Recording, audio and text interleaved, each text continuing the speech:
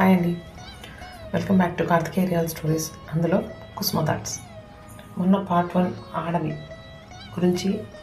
గురించి తెలుసుకుందామని చిన్నగా తన వ్యక్తిత్వం గురించి, తన ఆడదాని మనస్తత్వం గురించి నేను చెప్పాను.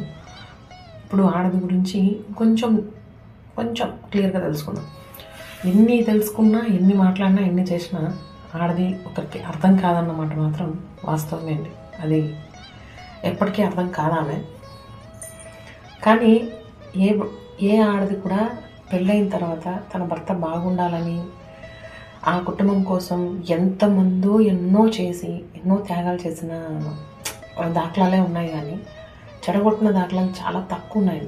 కానీ ఈ మధ్యలో ఇప్పుడు జస్ట్ కొన్ని ఫ్యూ డేస్ నుంచి చూస్తుంటే అసలు ఆడవాళ్ళు ఎందుకు ఇంత వైలెంట్గా తయారైపోయారు, అసలు ఏంటి, భర్తల్ని చంపడం కానీ, అది చేయడం కానీ, వారికి నమ్మించి పెళ్లి చేసుకొని కొన్ని రోజుల తర్వాత తీసుకెళ్ళి ఇది చేయడం కానీ.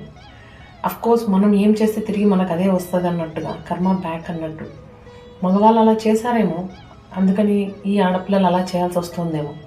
ఇది ఎలాగో ఆలోచించుకోలేకపోతున్నాం. ఎందుకంటే యాజ్ అ ఉమెన్ ఇవన్నీ తలుచుకుంటే ఆడదానికి ఇంత ధైర్యం వచ్చేసిందా, ఇంత అంటే ఒక జన్మిస్తుంది ఒక మనిషికి ఒక ఆడది అంటే.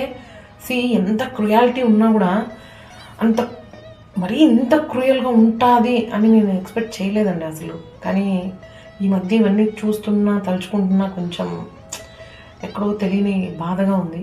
ఉమెన్ అంటే ఒక రెస్పెక్ట్ ఉంది ఇండియాలో, ఆడదంటే ఒక మంచి గౌరవం ఉంది. అలాంటిది కొంతమంది చేసే పనుల వల్ల అది అందరికీ ఎఫెక్ట్ అవుతుంది. ఎఫెక్ట్ మీన్స్ ఆ మాట పడాల్సి వస్తుంది. ఆడది అంటే అందరూ ఆడవాళ్ళు ఒకటే. ఇప్పుడు ఒక ఆడమనిషిని తిట్టారంటే ఇంకొక ఆడమనిషిని కూడా ఫీల్ అవ్వాల్సిందే. మగవాళ్ళు అలా చేస్తున్నారనేసి ఆడవాళ్ళు అలా చేయటం ఎంతవరకు కరెక్ట్ అనేది నాకు కూడా ఇంతవరకు కూడా ఆలోచించలేకపోతున్నాను. But I feel very bad.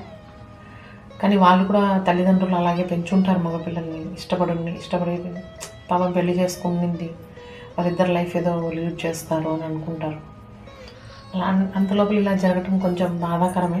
కానీ ప్లీజ్ అండి, ఏ ఆడపిల్లలైనా కూడా కాలేజీకి వెళ్ళే పిల్లలు అందరూ ఎలా అంటారని నేను చెప్పను. మీ వల్ల అయితే లవ్ చేసిన అబ్బాయిని పెళ్లి చేసుకోండి, లేకపోతే వదిలేద్దాం అనుకుంటే పూర్తిగా వదిలేసి వాళ్ళని పక్కకు పెట్టేసి మీ లైఫ్ స్టార్ట్ చేయండి.